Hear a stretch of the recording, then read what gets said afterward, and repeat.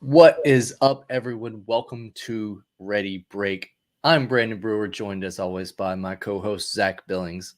Zach, how's it going, brother? It's going pretty good. How about you? Pretty good. In case you can't tell by the somber tone in my voice, we do have some. Well, I guess it's kind of a lack of news in regards to Major League Baseball because we still don't know what's going to happen. It's terrible. Yeah, we got a comment from LJ saying that this should be the end of the Manfred era. Of course, the name of our episode tonight is The End, and that's kind of twofold, really. We'll get to that in a moment, but if MLB goes on this prolonged lockout and strike period, could this be the end of Major League Baseball as we know it? I think it definitely could. And we've said before, like if the sport goes away at this point, it's gonna be a difficult road ahead because fans are already basically disconnected from the sport, and only the big time baseball fans are still continuing and watching all the games, and the vast majority of people really don't tune in until October. And that's an issue. That's an issue for the sport entirely. And I think if a strike happens or a long term lockout that ends in a significant portion of this year's season being taken away, it's gonna rub people the wrong way, as if it hasn't already. And it's going to be a tough road ahead for MLB. And I think a lot of that has to do with the leadership in MLB and just the attitude of the owners. We've said time and time again, all of the teams that are just constantly on the bottom, they're constantly trading away good players, letting them walk in free agency, and they're just never competitive. And I think that's a bad a bad attitude to have in your league. Of course, every league has teams that are just always not great, but I don't think it's as bad as MLB. I think there's so many teams in MLB that are just constantly getting rid of good players. We've mentioned before Orioles, the Pirates, the Diamondbacks, the Rockies, all the teams in Florida. I mean, it's bad, really, and Well, and it's a the bad. the the Rays were in the World Series a couple years ago, so that not It's a all the fair teams point. in Florida are terrible, It's a but fair point. and they won the AL East last year. So, Yeah, but true. to kind of caveat of what you were saying, like, yeah, a lot of fans aren't really rabid in the summer months. Whenever that's the prolonged portion of the baseball season, they only start to care in September, October timeframe. And to MLB's point, I think that's why they want to expand the playoffs and give fans a little bit more of that taste of the playoffs. But also, off of your point, it's just rewarding mediocrity because Mhm. it's allowing some of these sub 500 teams to make it into the playoffs to get that cut of that money. Yeah. So it is kind of a weird situation for MLB to be in. And I was a baseball fan when the strike happened in the 90s. I remember, going to turn on my TV one night and there was no baseball on it. And I was like, what's going on? I didn't, of course, have Twitter at the time. I didn't have Facebook or, I didn't watch ESPN religiously like I have as an adult. So when I noticed there was no baseball, I was confused. I didn't know what was going on. It wasn't until a few weeks later that my dad told me, "Oh yeah, they're on a strike. Baseball is not going to be around for a while." And I remember then thinking like, "Well, like what are they going to do? How are they going to ever come back from this?" And then it wasn't until the Mark McGuire, Sammy Sosa summer of dingers Mhm. that they started to gain a little bit of traction back. And it is ironic that we talked about it a few weeks ago that they've stopped their testing for steroids in Major League Baseball. It's kind of a slap in the face to the guys like Barry Bonds who just spent 10 years waiting to get into the Hall of Fame, and he was blackballed because he was caught up in all of that back in the day. And now as soon as his 10-year expires, they're going to say, "Oh, we don't test for it anymore. It's all good." And maybe that's what they're hoping will be able to bring them back out of the dark ages yet again, is an onslaught of home runs from guys like Stanton and Judge and you name it, all the big sluggers in the game. But at this point, I think fans are much smarter than they were back in the 90s. You've got so much access to what's going on up to the minute. I mean, I know there were tweets coming out and there was reports coming out every time that Rob Manfred would walk across the freaking parking lot. Mhm. And it's it's just gotten to be so ridiculous as far as the amount of information that comes out and then the lack of information from the people that should be putting out the information. Yeah. And I think you might be right. I think this could be at least the one of the straws that's breaking the camel's back as far as MLB's future. Luckily, this lockout and the everything associated with it doesn't impact minor leagues. So if you live in an area where you have minor league teams, go and support that. If Yeah. you're a baseball fan and you're just bummed that MLB's not around and you're just like blackballing the entire sport, then you're part of the problem. Go and support these minor league guys that are out there just trying to make it in Absolutely. a sport that you like, and they're not part of this whole negotiation. They're still going to be playing. I believe the minor league season kicks off on the 8th of April. So try to go out there and support if you can. Yeah, absolutely. I would definitely encourage anyone to do that as well. Our good buddy Lucas, who hosts the Locked On Cardinals Oh yeah. podcast, recently had a minor leaguer through obviously the Cardinals organization, and he obviously is not affected by the lockout, and it was a very interesting episode to listen to. The guy's name is Alec Burleson, and last year was his first full year of professional baseball. Rose all the way up to AAA and finished out his career in AAA, and hit something like 20 something bombs, and used to pitch in college, so he's got that kind of mindset and ability, but he's since just kind of put that aside. And I would encourage anyone who's a fan of the sport to go out to whatever is local to you or closest to you, whether that be a private league. They're professionals, but they're not associated with MLB in any way. I've been to one of those up in Cleveland. It's a fun time. It's just kids who are trying to make it one way or the other, any way they can, to try to play their favorite sport. And it was as enjoyable as anything else. And I'm sure that the minor league games are this way. It's a lot more accessible because it's so much cheaper. I mean, we sat as close as you possibly could for very cheap. The beer was cheap. The food was cheap.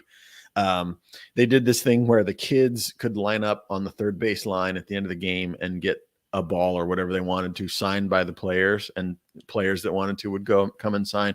Obviously, these kids have no idea who they are, but I think just that excitement that it brings those kids is what gets people into the sport. We've talked about that before, where the key to getting people excited about it is to build that when they're children, whether that be fun at the games, fun playing the sport, something like that. And I think that's an easy way to get your kids and your family excited about baseball, is to go to those minor leagues. Those, maybe if you have a college program that's near you, go to that, because it's so much more accessible than a Major League Baseball game.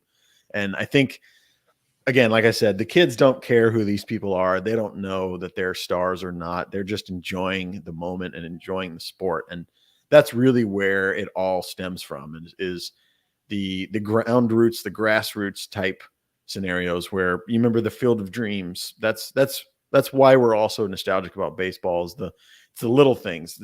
It's the sport that kind of brings it all close to home. Not everybody can play football because you have to have so much field and all that stuff, but everyone can play catch. So it's a lot easier for kids to get excited about baseball, because in my opinion, it's so much more accessible and attainable. Absolutely.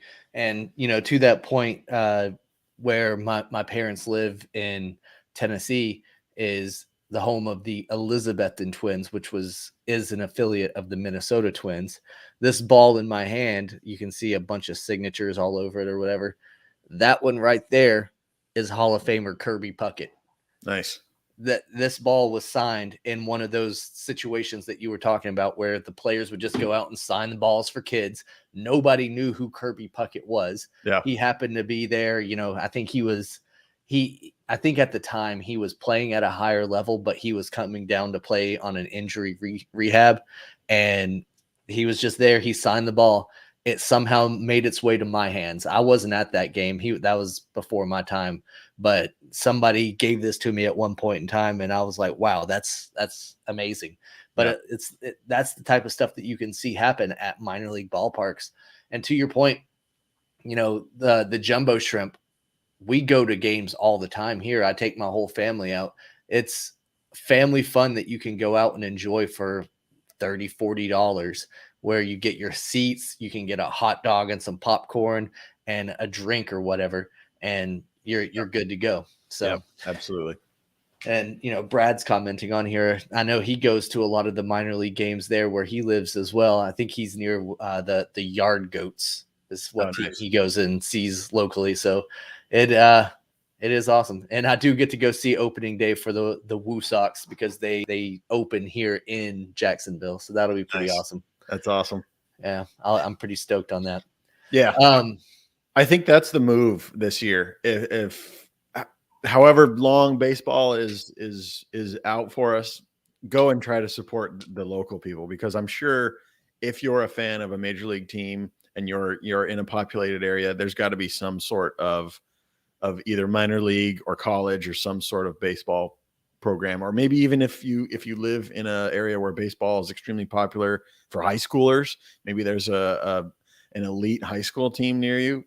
Any form of baseball, I think, needs our attention right now, because like I said, this black eye on MLB does affect the entirety of the sport, because people kind of tune out if the major league sport isn't on TV really. But I do think that we can really gain some ground and get some people excited about baseball if it's more attainable. And so far, the most attainable part of the sport is your minor league teams and stuff like that. And yeah, for me, I think the closest is probably either Springfield or Memphis, the two Cardinals affiliates. So I definitely plan on going down there and catching a game at some point.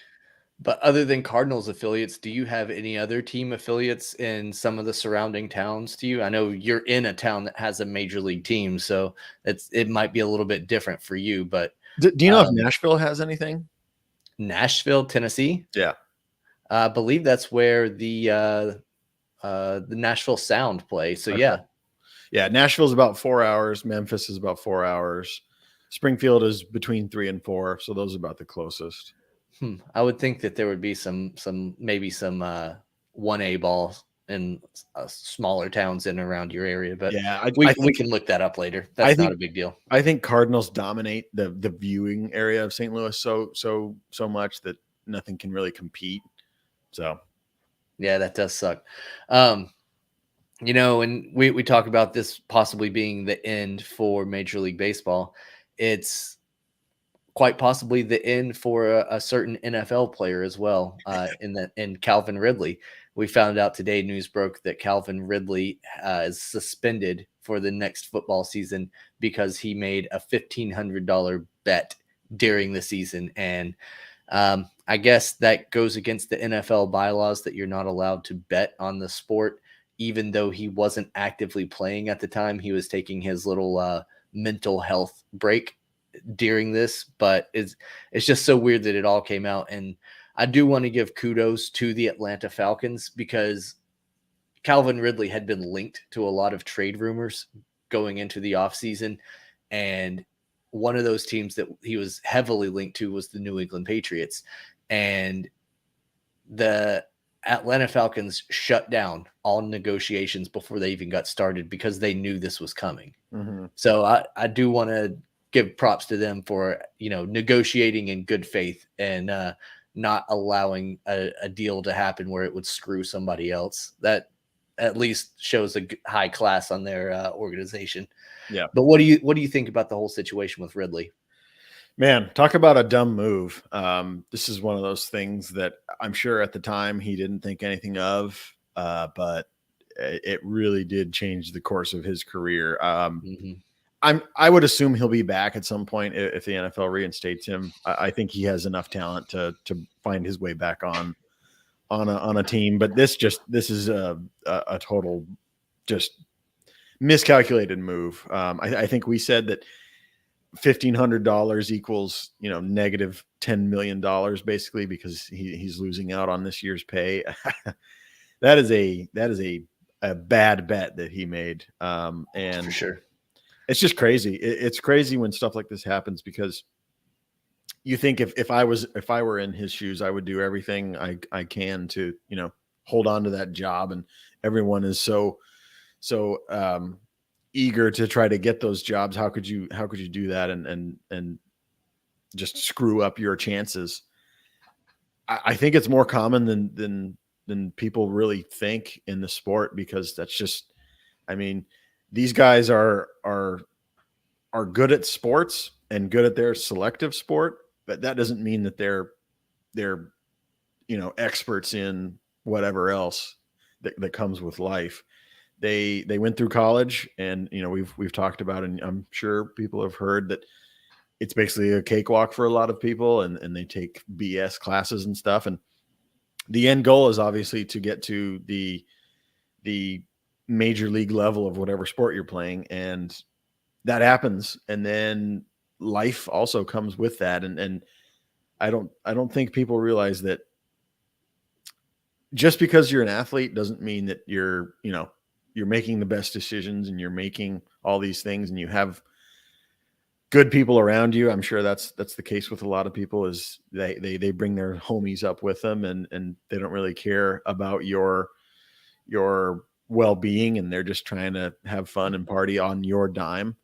And it's a really sad issue with athletes that get screwed over either by themselves, making bad mistakes, or friends, or whatever it might be. How many times have you heard athletes that go broke and stuff? Like Allen Iverson, I think, famously went broke. I was going to mention him. Yeah. He got paid millions, but he was paying so much to keep his entourage up that he went broke. Yeah. Ridiculous. I think it would be a smart move for owners to implement some sort of financial or some sort of training in that aspect for rookies that they sign for their teams. Just something to give them a bit of a leg up, because to go from whatever your situation was in high school with your parents, then to college, and then to I'm now making millions plus a year, is very daunting for the average person. And I would imagine it's hard to kind of control and grasp. And while you're in it, you can barely even, fathom that it's actually happening, and then it's real. And then by the time you figure it all out, it's over with, and you're hurt, and you're out of the league, or whatever it might be. And I think the least they could do, apart from, health, which I think at least the NFL is getting better at, I think it would be good to give the rookies some sort of classes or training of some fashion of, some sort of financial issues, like, hey, maybe don't bet on your team, or bet, period. Just something to give them a chance. You know what I mean? Well, I mean, I don't think the betting is really an issue here as far as, the moral high ground, because it's legal in a lot of states. Sure. He placed the bet from his cell phone in a state where it was legal for him to bet in. Right. It's against the NFL terms for him to bet on games. Yeah. But for the record, he did bet on his own team to win, a la Pete Rose, but it is what it is. Yeah. You bring up a good point about giving these guys some kind of financial training or background. And you also mentioned they take cake classes and stuff like that in college, and kind of get pushed through that institution with no real challenge.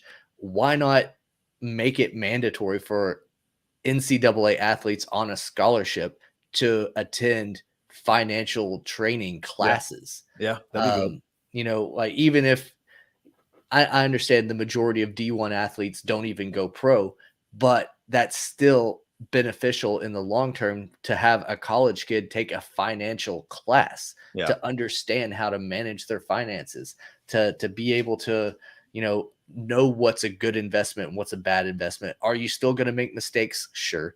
But is it less likely that you're going to make multi-million-dollar mistakes? probably.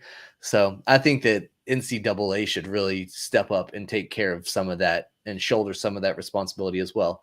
Yeah. Now, of course, that doesn't really take care of the MLB players that get drafted straight out of high school, but that's where the team and all that stuff can kind of take them under their wing and also, make sure that they're managing their money responsibly. Yeah, for sure. I would assume that MLB is basically the only major sport that you can still get I drafted think right out so. of high school, Yeah, because basketball now requires a year of college, and obviously at least NFL one, requires at least 3 years. So three. Yep. So, I mean, I guess people will point out guys like Alonzo Ball, or not Alonzo, but Mello Ball. mhm. He didn't go to college, but he still got drafted. But it was because he went and played basketball overseas before getting drafted. So he took an alternate path, which is the unconventional way that Yeah, guys are doing it. But right. you still, for the most part, you have to have at least 1 year of NCAA college under your belt before you go to the pros. So I guess now's the time in the episode, Zach, where we can drop our major announcement and we can let people know the news that we've been talking about. Behind the scenes, guys, Zach and I have been trying to find ways to spice this show up and find ways to get things going. And we tried a merger with another group, and then that ultimately fell flat. And it's hard work coming to you every single Monday night with fresh ideas and fresh takes and fresh news when we don't have a team of people feeding us the information. And right now, with Major League Baseball on their lockout or strike or whatever, and us being in the off season for NFL, Zach and I have decided that we're going to take a break from the show for a little while. We don't have any immediate plans for when we're going to return, but we are going to take a bit of a hiatus, and we know for sure we'll be back football season sometime around there, because that's at least something that we can talk about. But as long as this baseball lockout is gone, it's going to impact us as well, and we're going to take that time to recharge our batteries and hopefully get the itch to come back on here again. Yeah, I think you nailed it right there. I feel the same way. I think without baseball, we don't have enough to talk about to bring a weekly show to you. We threw some ideas around. Maybe we could talk about this, talk about that. But I just, if for me, if I'm not fully invested in it and fully into it, I don't see the point in putting energy into it. And I think for us in this show, our main two focuses are football and baseball. And then when a big UFC fight comes around, we enjoy those, and we enjoy a odds and ends kind of sporting event here and there. But football and baseball are our two mains, and without baseball, there's nothing for us to talk about except for these onesies and twosies news stories. So I think a break for us will be a good thing. I think it's always good to try to let your batteries recharge and those creative juices kind of get replenished. You got to think, we've been coming to you once a week for what, 4 years now? It'll be four. It would be. It'll be 4 years in August, I believe. Yeah. And we haven't missed a week. And I think that's saying something for a podcast that doesn't make a dime off of their shows. And at a certain point, especially if the content is lacking, it's difficult to keep that going. And I think this will be good for us, and I think this will be good for the show as a whole. You don't have to come here and listen to us talk about the same old crap that Manfred sucks and the MLB sucks and blah, blah, blah, blah, blah. Everyone knows that. Everyone's been hearing that ad nauseum from the sports world. Why not just take a break, come back when there's something relevant to talk about? And like Brandon said, at the minimum, near the start of the NFL season, we'll come back. We'll start talking about fantasy football type stuff and our predictions for the season and whatnot. I'm sure there'll be quite a few moving parts at that point, and maybe some new players on some new teams. So yeah.